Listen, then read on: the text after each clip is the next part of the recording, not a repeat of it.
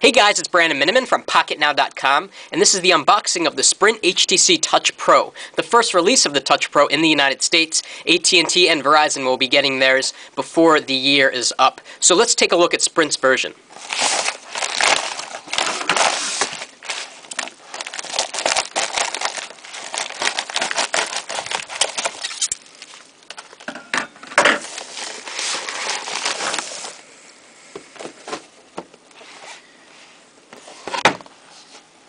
Wow, pretty nice unboxing for a carrier.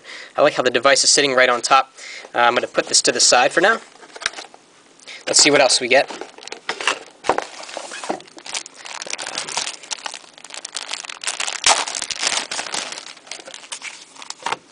So getting started. Basics guide, very big manual in full color it looks like, or yeah, in color. Setting up email. Experience Sprint speed,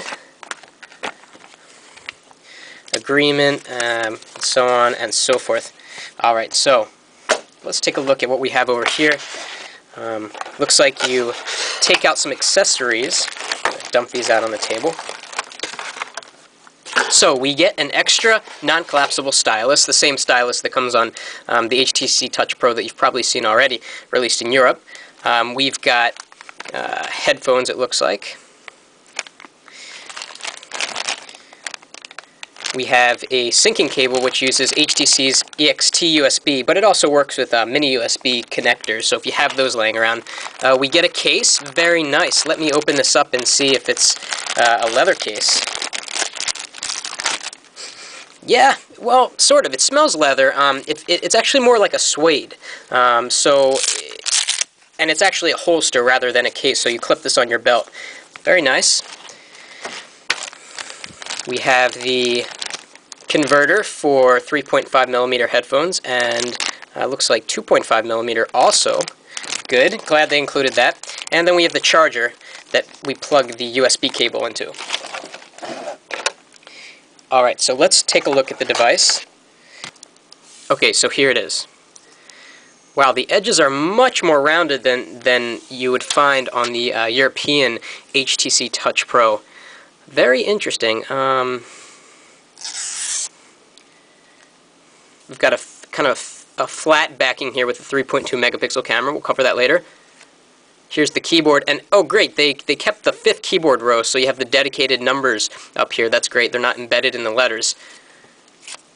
For some reason, the slider feels kind of slow and not spring assisted. I really hope that this is just because there's some plastic behind here. We'll have to look into that, but as it stands now, it's not spring assisted, except for right up the top. Okay, so let's compare this to some other devices. So we have the good old Titan 2, and the Touch Pro on Sprint is about the same thickness, although I think the Touch Pro is a little bit thinner.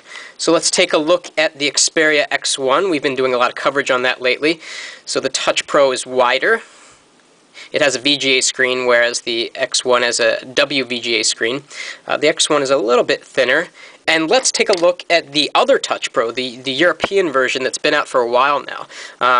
The Sprint version is actually a little bit taller, and it's rounded all along the edges. It almost looks like this metal accent has been added. Of course, we don't have the front-facing video camera. The buttons here seem to be exactly the same.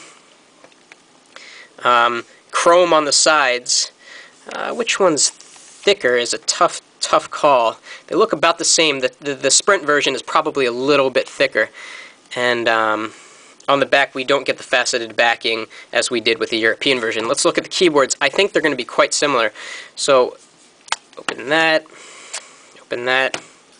and yeah, guys, they're identical keyboards, which is really good because the keyboard on the Touch Pro that came out in Europe really did great, in including a lot of different keys. So not only do you have the dedicated number row, but you also have, links to text messaging and email. And you can use keyboard shortcuts with the Control button, Control C, Control X, Control P, just like you would on a Windows machine.